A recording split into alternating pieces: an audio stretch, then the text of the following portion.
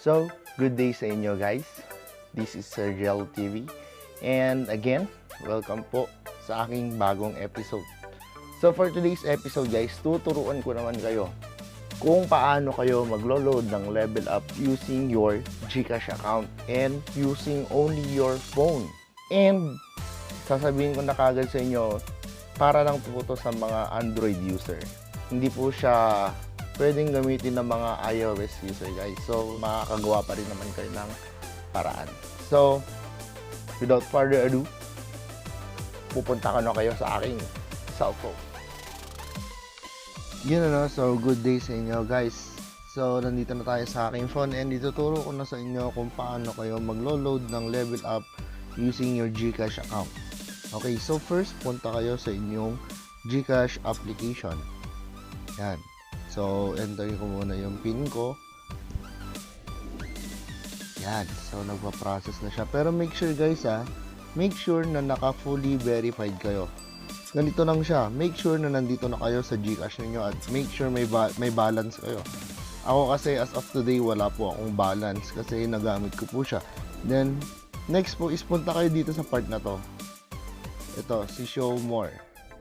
Yan. Okay. So, once na nakita nyo si Show More, punta kayo dito sa scroll up nyo, makikita nyo si game credits. After nyo makita si game credits, merong lalabas dito na buy game credits for, ilagay niyo yung number niyo kasi doon ite-text guys, doon ite-text yung inyong PIN at yung inyong load. Okay, so next natin, yan, so yan, requesting. Okay, so dito nyo na makikita. As you can see, meron mga paghahanapan dito sa taas. Meron tayong Grab Promos, Google Play Store, Apple iTunes, Steam, Garena, Mobile Legends, PUBG, Rules of Survivals, Ragnarok Online Mobile, and PlayPark.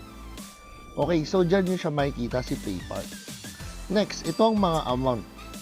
Okay guys, tandaan ninyo ang amount nito is 1:1.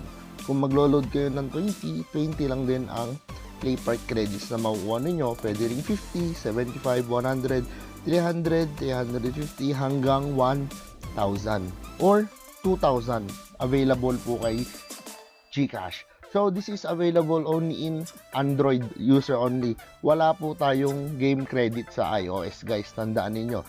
Kaya kung makikita nyo, ito yan yung mga available credit. So kahit i-push ko yan, next natin, wala akong balance. Pero yan, i-next nyo lang. Kapag na-next nyo yan, yan, may payment na lumabas kasi kailangan ko magpa-load. Okay, so insufficient ako. Pero sa inyo, pag na-click nyo yung next, successful yan guys. Next ninyong gagawin, hintayin na lang ninyo yung message na darating galing kay Gcash na naglalaman nung game load ninyo. And the next, itap up nyo na siya sa level up.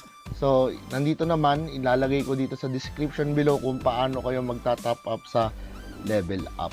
Okay guys, so that's all do for tonight.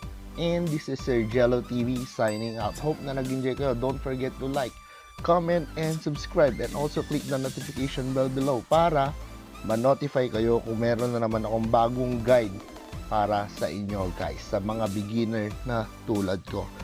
So long guys. Keep safe.